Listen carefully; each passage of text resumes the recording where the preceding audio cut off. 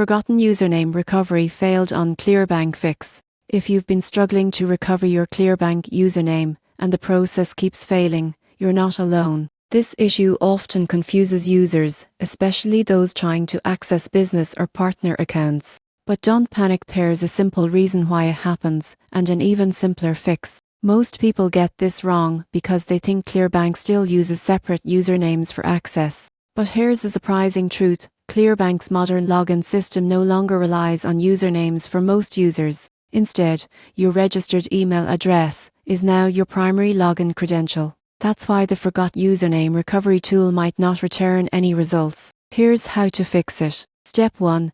Go to the ClearBank login page and try logging in using your registered email instead of a username. If you can't remember your password, click Forgot Password to trigger a reset link. Step 2.